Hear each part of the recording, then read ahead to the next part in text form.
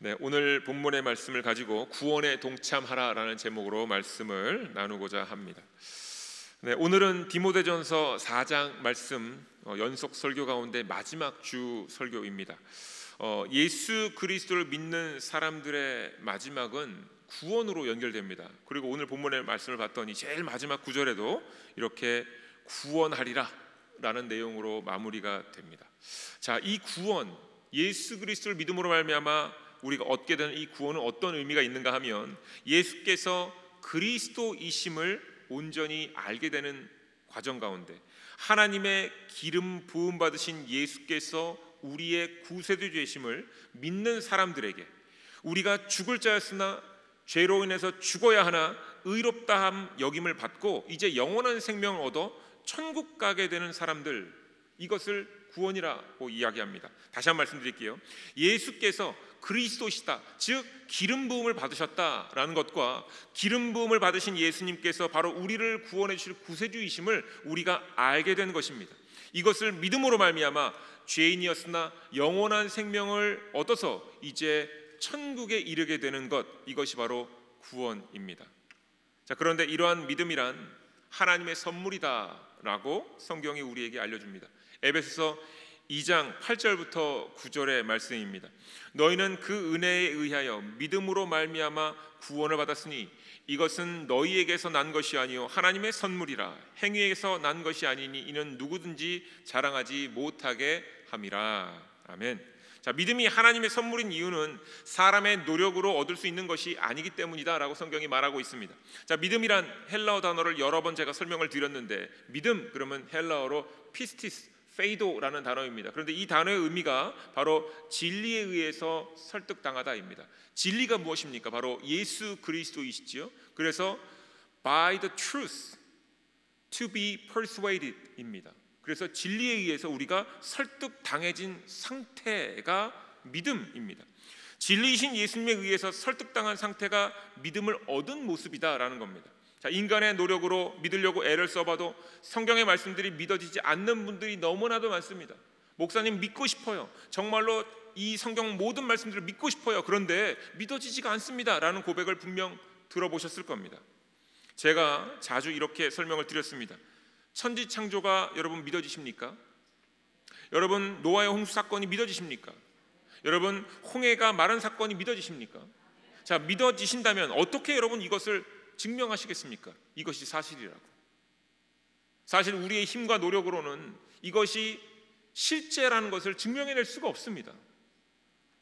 심지어 성경 말씀 속에 수많은 사건들이 우리의 능력으로는 검증이 불가능합니다만 중요한 것은 우리가 이것을 믿고 있지요.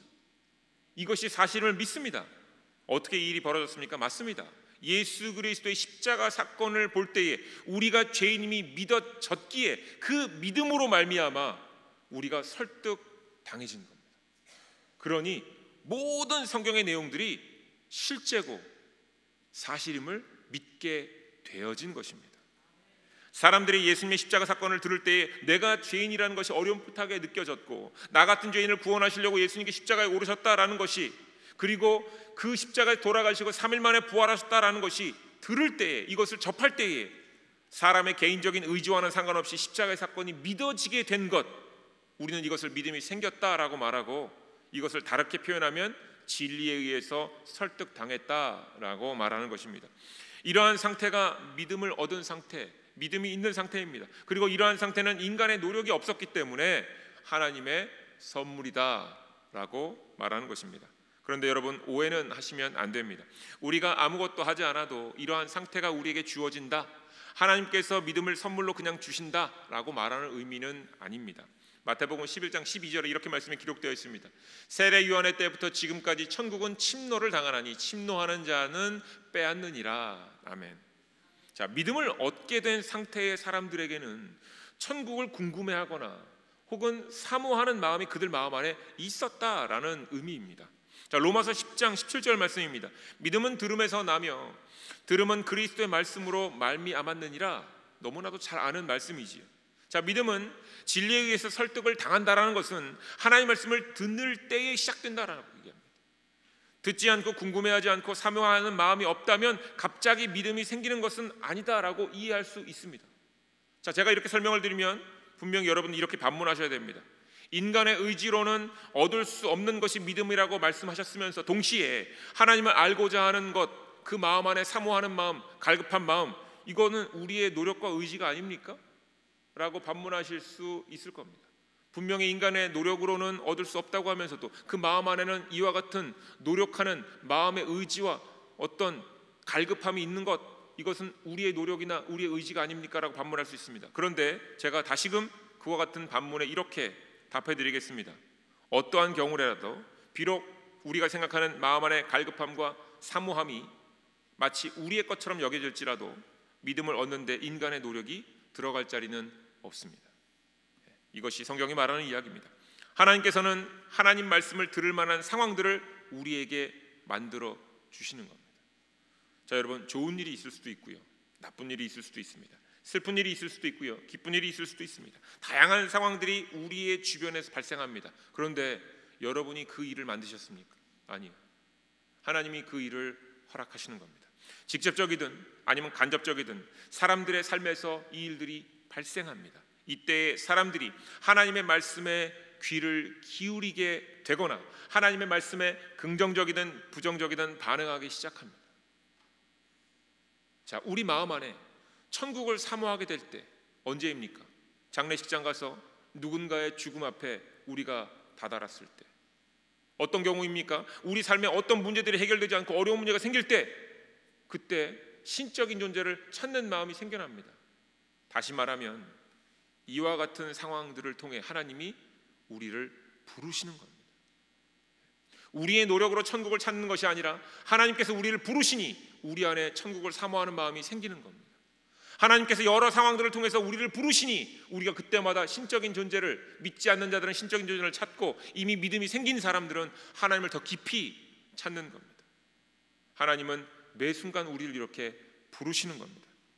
자, 정리해 보겠습니다. 예수님을 믿는 믿음으로 영원한 생명, 천국을 얻게 됩니다. 그런데 이러한 믿음은 인간의 노력으로 얻지 못합니다. 그래서 하나님의 선물이라고 성경은 우리에게 말하는 것입니다. 인간의 노력은 없지만 하나님께서 하나님의 창조물들을 다양한 상황 속에서 부르시니 누구나 믿음을 얻을 기회를 얻게 되는 겁니다. 누구나 세상을 살아가다 보면 믿음을 얻게 될 기회에 노출되는 겁니다. 나는 몰랐는데요, 전혀 알지 못했습니다. 아니요, 그렇게 변명할 수 없습니다. 모든 상황들을 통해서 하나님은 우리를 부르십니다. 그때 사람은 누구나 다 믿음을 선물로 받을 기회를 얻게 됩니다. 그때 하나님께 구하고 간구하고 사모하고 물으면서 나아갈 때 믿음을 얻게 됩니다. 그때에 우리가 진리에 설득당해지는 겁니다. 자, 사도 바울도 예수님을 구세주로 믿는 이들을 잡아서 처형하려는데 앞장을 섰던 사람입니다. 사도 바울에게는 어떤 마음이 있었는가 하면요, 하나님을 더 잘 알고 하나님을 따르고 싶은 마음이 있었고요, 또 한쪽에는 어떤 마음이 있었는가 하면요, 예수님을 하나님의 아들이라고 믿는 사람을 잡아 죽여야 되겠다라는 마음이 동시에 같이 있었습니다. 자, 이렇게 두 마음을 한꺼번에 소유하고 있었습니다. 그런데 예수님을 믿는 이들을 잡아서 옥에 가두려고 다메섹으로 가는 그 길에서 빛이신 예수님을 만나고 진리이신 예수님 앞에 무릎을 꿇습니다. 이러한 상황이 하나님께서 바울에게 허락하신 상황입니다. 이로써 자신이 죄인이라는 것과 예수님께서 자신을 위해서 이 땅에 오셨다는 것을 믿게 됩니다. 다시 말하면 진리이신 예수님에 의해서 바울은 철저하게 설득을 당한 상태입니다. 자, 여러분, 설득당했다라는 표현을 사용하니 왠지 모르게 인정하고 싶지 않을 수도 있습니다만은 이것은 어쩔 수 없습니다. 왜냐하면 인간의 언어가 한계가 있어서 이렇게밖에 표현을 못하는 겁니다. 왜냐하면 믿음을 얻은 상태는 개인의 의지가 무너져 있는 상태이기 때문에 당하는 겁니다. 원하지 않아도 당하는 겁니다. 그런데 하나님께서 이 일을 우리에게 허락하셨습니다. 진리에 의해서 자신의 의지가 무너지고 예수님을 구세주로 믿게 된 상태, 진리에 설득된 상태의 바울이 동일한 상태에 있는 디모데에게 권고하는 내용이 바로 디모데 전후서입니다. 그리고 우리는 이 4장의 말씀을 함께 묵상하고 있습니다. 4장 4절입니다. 다시 한번 말씀을 보겠습니다. 첫 주에 했던 것부터 하나님께 지으신 모든 것이 선함에 감사함으로 받으면 버릴 것이 없나니. 자, 모든 것 안에 하나님의 뜻이 담겨져 있기 때문에 하나님께 감사하는 마음을 붙잡고 모든 것을 있는 그대로 받으라라고 권합니다. 자, 하지만 모든 형편을 자포자기하는 마음으로 받아들이라는 의미가 아니지요. 하나님의 인도하심을 믿으며 모든 것을 받아들이라는 겁니다. 모든 것을 통해 하나님이 우리를 부르신다는 걸 이제 알았으니 이제 모든 상황을 감사함으로 받아들이는 겁니다. 왜냐하면 어느 부름에 어떻게 내가 응답해야 될지 모르니까 다 감사함으로 받아들이는 겁니다. 모든 것이 하나님의 주권 가운데 존재한다는 것을 잊지 말라는 의미이기도 하고 모든 상황 속에서 하나님께서 부르신다는 것을 잊지 말라는 권고이기도 합니다. 자, 그리고 두 번째 주에 말씀드렸던 7절 말씀입니다. 망령되고 허탄한 신화를 버리고 경건에 이르도록 내 자신을 연단하라. 자, 신화 즉 말을 버려라. 사람들의 말에 귀 기울이지 말아라. 그 거짓된 말에, 정확하지 않은 말에 마음을 뺏기지 말아라, 이 얘기지요. 사람의 말, 다른 사람에게 그 말을 전하지 말고 우선 말을 조심해라 라고 하면서 경건 즉 하나님을 예배하는 것을 위해서 우리 스스로를 연단하라 이렇게 말합니다. 자, 연단 기억하셔야 됩니다. 옷을 벗고 달리는 모습, 옷을 벗고 운동하는 겁니다.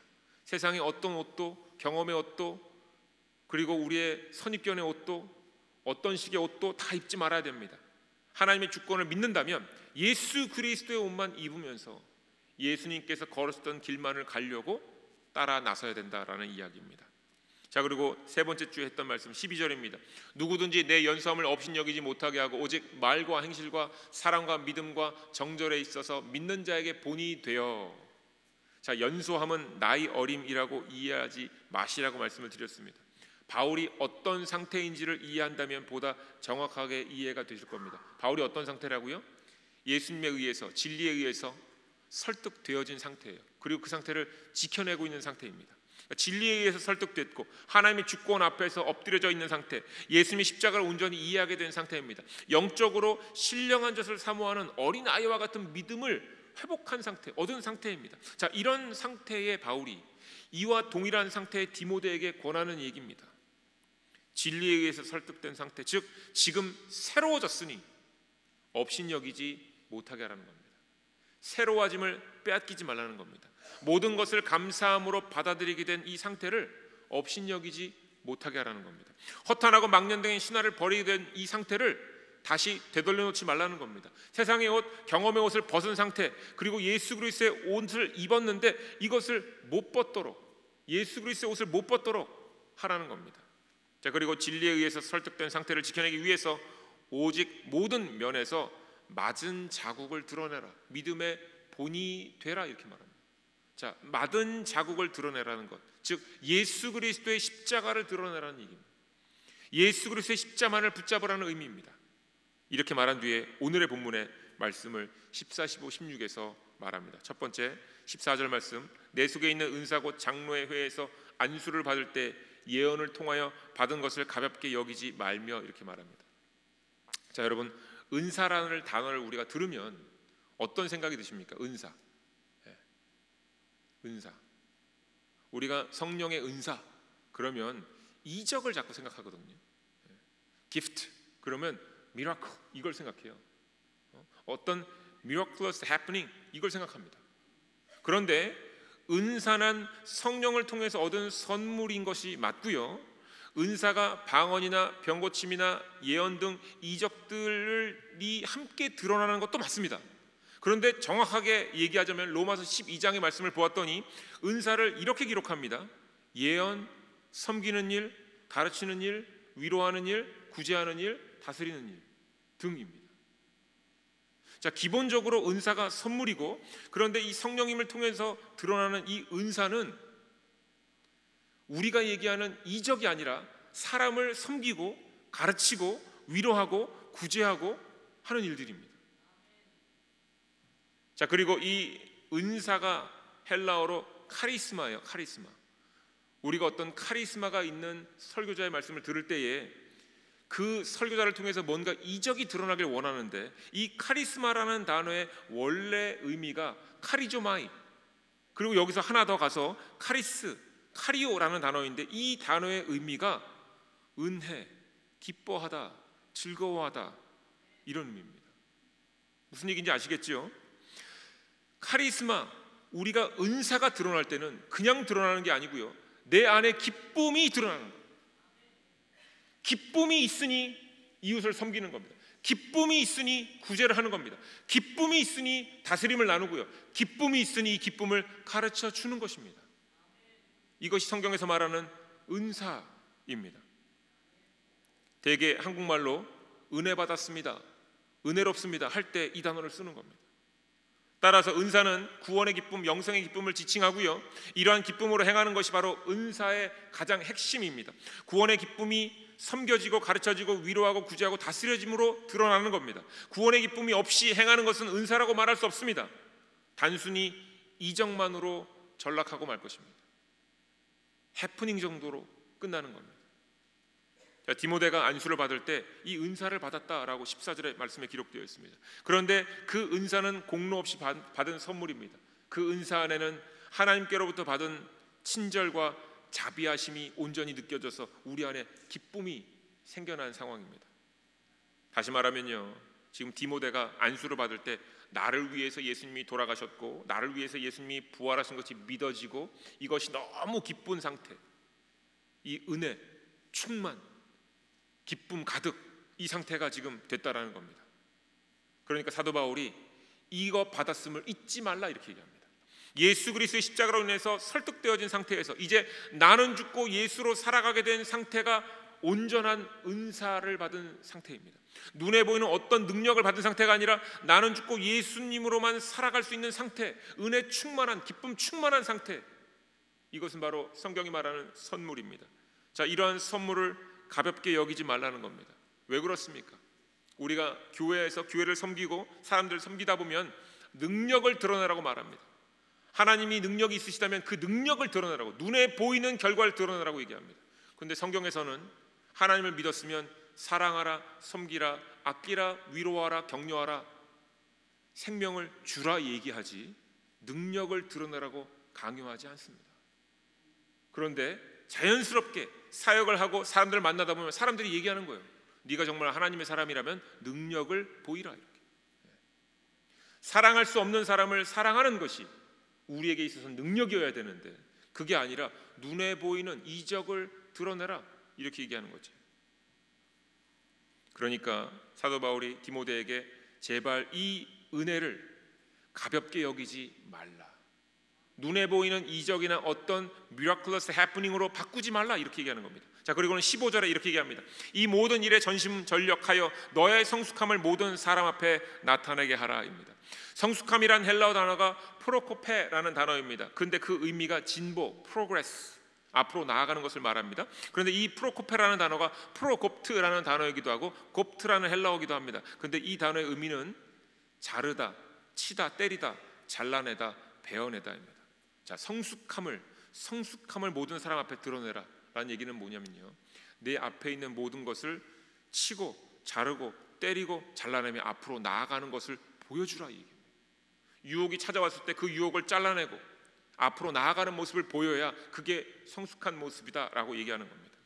성숙함의 의미 이런 겁니다. 나는 죽고 예수 그리스도로만 살아가게 된 상태, 기쁨의 상태, 은혜의 상태를 유지하면서 매 순간 앞으로 한 걸음 한 걸음 나아가는 겁니다. 그때 내 앞에 무엇인가 방해물이 생기고 무엇인가 이 길, 구원의 길, 진리의 길을 걷는데 뭔가 위협하고 있다면 그것을 나 스스로 잘라내고 베어내면서 앞으로 나아갈 때 그 사람이 성숙한 사람이다라고 말하고 있는 것입니다. 디모데에게 이러한 성숙함을 가지며 스스로와 복음의 소식을 듣는 모든 이들에게 함께 구원에 이르라 라고 사도 바울이 권고합니다. 말씀을 빨리 전해드렸기 때문에 제가 제 예를 한 가지 들어드리면서 조금 이해 차원을 넓혀드리도록 하겠습니다. 제가 개인적인 이야기를 하나 나눌 건데요, 찰스턴에서 어떤 한 분을 제가 만난 경험이 있습니다. 근데 그분은 교인은 아니고요, 그 지역에 사시는 홈레스 분이셨어요. 그래서 그 홈레스 분이 어느 무더운 여름에 7월 달 정도에 저희 교회로 오셨어요. 그래서 저에게 찾아오셔서 그분이 이런 얘기를 하시는 겁니다. 자신이 집이 없는데 홈레스니까 너무 더운 여름이라 호텔에 가서 며칠 묵었으면 좋겠다. 그러니까 본인에게 호텔에서 묵을 수 있을 정도 한 이틀 정도의 그 비용을 좀 제공해 줬으면 좋겠다. 좀 이상하죠. 홈레스, 집이 없는 분이라면 길에서 살고 더운 날씨 모든 것에 충분히 적응이 좀 되셨을 것 같은데 호텔에서 머물게 해달라는 것이 너무나도 이상한 요청으로 저한테 들렸습니다. 그리고 그분이 말씀하시는데 조금 정신적으로 조금 어려움이 있으신 분처럼 보였습니다. 당연히 저도 인간인지라 이런저런 마음이 제 마음에 들었습니다. 순간적으로 이상한 사람 같은데 이거 도와드려야 되나, 그리고 도와주면 또 분명히 다시 찾아오실 가능성이 큰데 여러 가지 인간적인 아주 다양한 생각들이 제 머리에 채워졌습니다. 그 순간에 제가 제 앞에 놓여져 있는 이 생각들을 치워내기 시작했습니다. 그분이 하셨던 얘기를 있는 그대로 받아들이려고 노력을 했고요.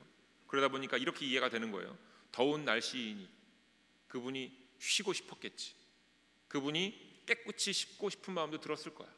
그리고 정말 한 끼라도 제대로 먹고 싶은 마음이 생기셨을 거야. 그래서 찾아오셨겠지라고 생각을 하고 제가 그분을 모시고 그 지역의 호텔로 가서 이틀치의 숙박비를 내고 간단한 식사거리를 준비해서 호텔방에 넣어드리고 그리고 왔습니다. 자, 그리고 여러분, 이틀이 지났습니다. 우리가 생각한 그 일이 벌어지는 겁니다. 그분이 다시 찾아오셨어요.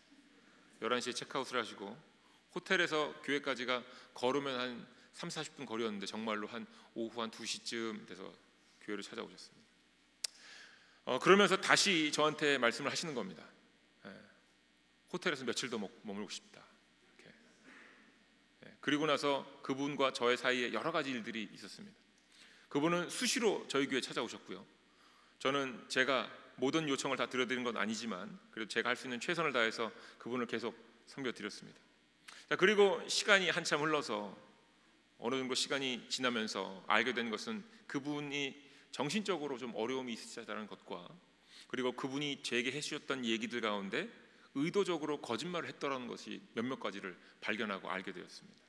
자, 그리고 정말로 시간이 거의 이제 반년이 다 지나서 12월 크리스마스 바로 전주에 그분이 다시 제 오피스로 찾아오셨습니다. 그리고 자신에게 우울증 치료제와 기타 여러 가지 약들이 필요하다고 말씀해 주시는 겁니다. 자기가 본인이 먹었던 약봉지들을 보여주시면서 자기가 약이 필요하다. 그래서 제가 알겠다. 그분을 제가 봤을 때 정신적으로 정말 도움이 필요한 분이었기 때문에 그 약들이 정말로 필요해 보였습니다. 그래서 함께 교회 앞에 있는 CVS로 갔습니다. 그래서 그곳에서 약을 사려고 먼저 약값을 물었더니 약값이 너무나도 비싼 겁니다. 의료보험은 당연히 안 되셨고요. 그 다음에 메디케이드도 되지 않는 상황이셨습니다. 몇몇 가지 약 중에서 제가 한 2가지 정도만 사드리겠다라고 말씀을 드리고 그러면서 약을 사드리는데 제 마음이 편치 않았습니다. 약을 이제 함께 기다리면서 CVS에 앉아서 한 30여 분간을 기다리면서 이런저런 생각을 들었고 그 가운데 제가 한 가지 결론을 제 스스로 내렸습니다. 그래서 제가 이제 약을 받아서 함께 CVS를 나오면서 CVS 앞에서 제가 그분에게 정중하게 예의를 다해서 말씀을 드렸습니다. 형제님, 이번이 제가 형제님을 도와드리는 마지막이 될 것 같습니다. 라고 말씀을 드렸습니다. 정말 정중하게 제가 조심스럽게 말씀을 드리고 자리를 떠나려는데 그분이 제게 이렇게 말씀하시는 겁니다. 메리 크리스마스. 교회로 돌아오는 거리가 한 5분 정도밖에 안 되거든요. 바로 교회 앞에 있던 것이라서. 그런데 그 돌아오는 5분 내내 제 귓가에서 이 마지막 인사가 계속 맴도는 겁니다. 메리 크리스마스. 그리고 제 사무실에 딱 도착해서 자리에 앉을 때에 예수님께서 제게 이렇게 말씀하시는 겁니다. 연태가, 나는 너에게 단 한 번도 이번이 마지막이다 라고 말한 적이 없지 않느냐. 제 마음에 예수님께서 정확하게 이렇게 말씀하시는 겁니다. 연태가, 나는 내가 내게 단 한 번도 이번이 마지막이다라고 말한 적이 없지 않느냐. 갑자기 제 마음에 들려온 이 예수님의 음성 때문에 제가 그냥 철푸덕 주저앉아서 엉엉 울었습니다. 사무실을 뛰쳐나가서 그분을 찾았는데 찾지는 못했습니다. 미안하다, 죄송하다, 용서해달라고 말하려고 나갔는데 만나지 못했습니다. 그래서 제가 할 수 있는 기도는 이거밖에 없었습니다. 주님, 다시 그분을 제게 보내주시옵소서. 그리고 얼마 지나지 않아 그분이 다시 교회로 오셨고 제가 떠나기 전까지 몇 번 더 그분을 만났습니다. 사랑하는 교회 여러분, 나는 죽고 예수로 살도록 우리에게 믿음이란 선물을 주신 하나님께서는 우리에게 진정으로 구원의 기쁨을 누리고 나누도록 우리를 매일매일 인도해 주십니다. 그런데 우리는 자주 선물로 받은 믿음을 가지고 성숙함을 드러내지 못합니다. 스스로 망치를 가지고 우리 앞에 있는 모든 것들을 끌어내고 잘라내고 하면서 앞으로 나아가야 하는데 그거를 하지 못합니다. 나는 죽고 예수로 살아가겠다는 믿음의 선물은 스스로를 망치하면서 자르고 베어내야 할 것들을 베어내야 하는 것인데 그러지 못합니다. 그러면서 속으로 이렇게 생각합니다. 이만하면 됐다. 난 충분히 했다. 할 만큼 했다. 그러니 이젠 못하겠다 라는 겁니다.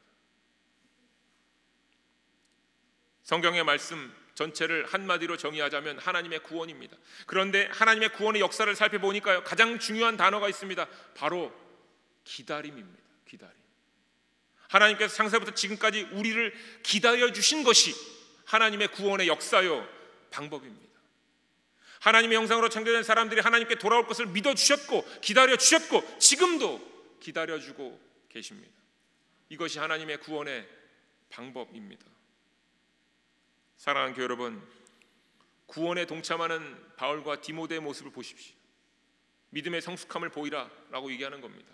나를 살리기 위해 십자가에 오신 예수님을 믿고 나를 영생에 이르게 하기 위해서 다시 오실 예수님을 믿으며 진리에 설득되어 가장 기쁨이 충만한 상태로 서로 권고하는 겁니다.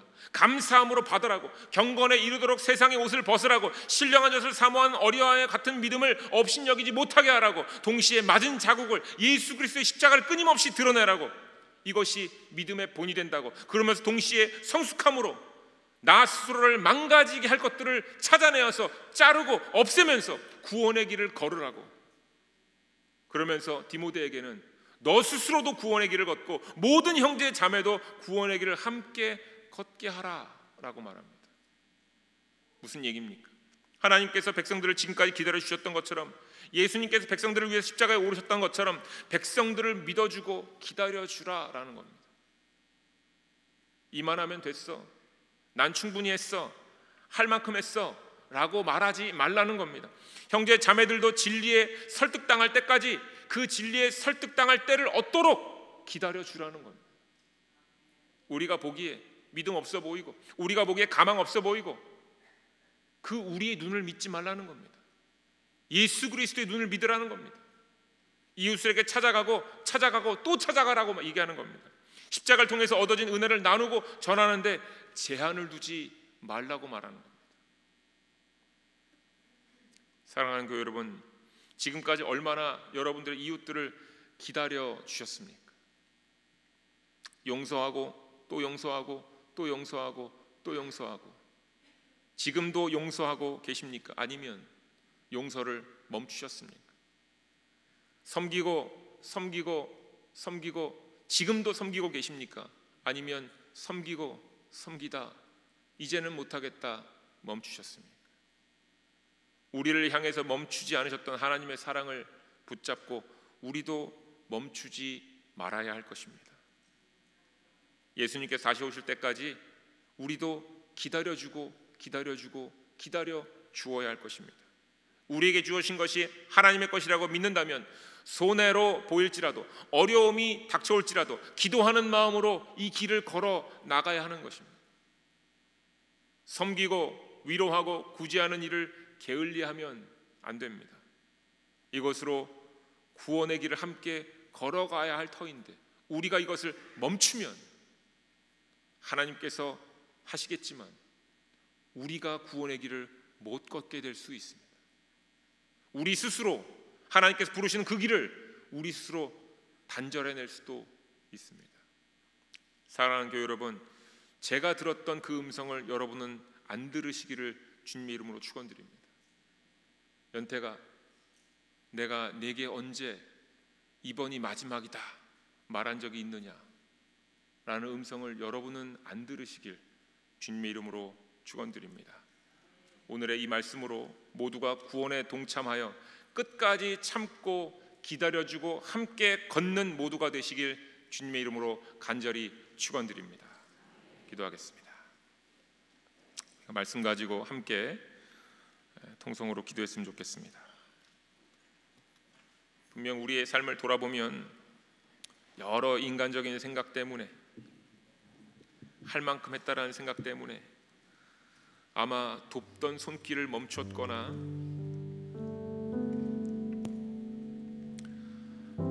찾아가던 발길을 멈췄거나 나도 좀 지친다 여기면서 관계를 끊었던 경우도 있었을 겁니다. 예수님은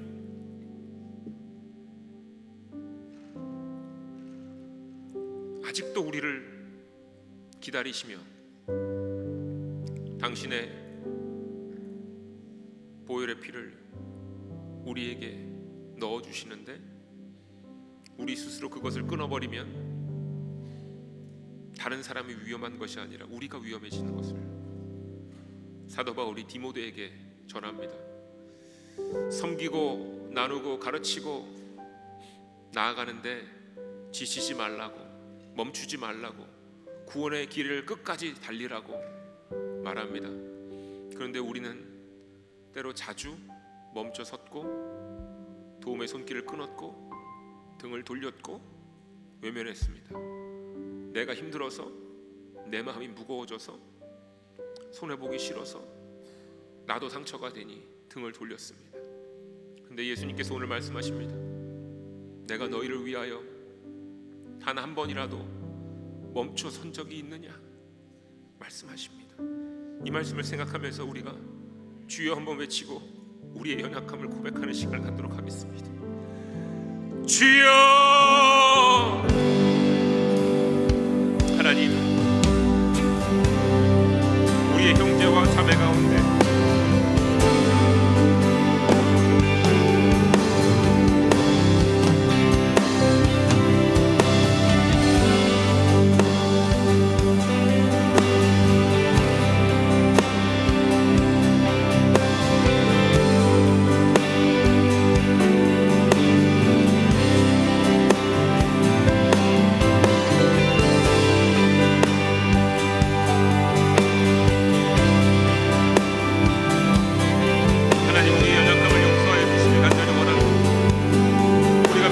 하나님의 뜻을 온전히 감당하지 못하고 우리에게 좋은 것들만,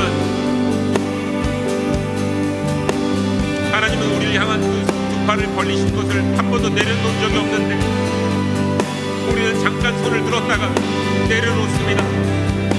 주여, 우리의 연약함을 붙잡아 주시고 우리가 다시 이제 믿음으로, 전심으로 은사를 받은 자로서, 기쁨 충만한 자로서, 진리에 설득된 자로서 이제 주와 함께 이 길을 걷겠나이다. 주님과 함께, 성령님과 함께 이 길을 걷겠나이다. 멈춰서지 않고 우리 앞에 찾아오는 모든 유혹들을 끊어내며 우리가 온전히 주와 함께 걷겠나이다. 그리고 우리 형제 자매들을 내버려 두지 않겠나이다. 그들을 붙잡겠나이다. 그들과 함께 동행하겠나이다. 주께서 이때다 하시는 그때까지 전심으로 나아가겠나이다. 하나님, 우리와 함께 하시고 지금껏 우리가 섬기다가 멈췄던 일들이 있다면, 하나님, 말씀을 나누다가, 사랑을 전하고 나누다가 멈췄던 관계가 있다면 다시 그 관계를 회복시켜 주시옵소서. 우리가 다시 주의 사랑으로 나아가겠나이다. 원수를 사랑하되 끝까지 사랑하는 우리가 되게 하시고 매 순간마다 전심으로 아버지의 말씀을 가지고 살아가는 우리가 되게 하여 주시옵소서. 구원의 길에서 어느 누구 하나 떨어지거나 좌절하거나 뒤처지지 않게 하여 주시고 우리가 끝까지 함께하며 동역하며 주의 뜻을 붙잡고 나아가는 달라스 중앙감리교회가 되게 하여 주시옵소서. 하나님, 감사합니다. 우리가 걷는 이 길에서 누군가 우리를 붙잡아 주었기에 오늘 우리가 있는 것입니다. 우리의 믿음이 좋아서 우리가 지금까지 온 것이 아니라 누군가 우리를 위해서 먼저 기도했고, 누군가 우리가 지칠 때 우리를 붙잡아 주었고, 누군가 우리를 위해서 끊임없이 팔을 벌려 끌어안았기에 오늘 우리가 있는 것입니다. 그렇다면 이제 우리가 그 역할을 감당하겠습니다. 우리가 예수께서 남겨두신 그 숙제를 우리가 감당하겠습니다. 예수께서 남겨주신 그 고난을 우리의 육체에 채우겠습니다. 다시 찾아가겠습니다. 다시 섬기겠습니다. 다시 함께 이 기쁨을 나누겠습니다. 다시 함께 손붙잡고 걸어가겠습니다. 하나님, 우리에게 힘과 용기와 지혜를 주시옵소서. 그리하여서 우리 주변에 하나님 뒤처져 있는 절망과 좌절 가운데 앉아있는 우리 형제자매들 이제 끌어안고 나아가오니 하나님, 우리의 이 모습을 기쁘게 받으시고 우리에게 말씀의 능력과 지혜를 덧입혀 주시고 모든 순간마다 성령의 인도함과 예수께서 걸으셨던 그 길을 밝히 볼 수 있는 눈을 열어 주시옵소서. 성숙함으로 나아가길 원합니다. 매 순간마다 우리 앞에 찾아오는 유혹들, 그만하고 싶은 유혹들 찾아올 때마다 말씀으로 물리쳐내게 하여 주시옵소서. 그래서 하나님만 바라보며 이 구원의 길을 완성하는 우리 모두가 되게 하여 주시옵소서. 예수님의 이름으로 기도드립니다.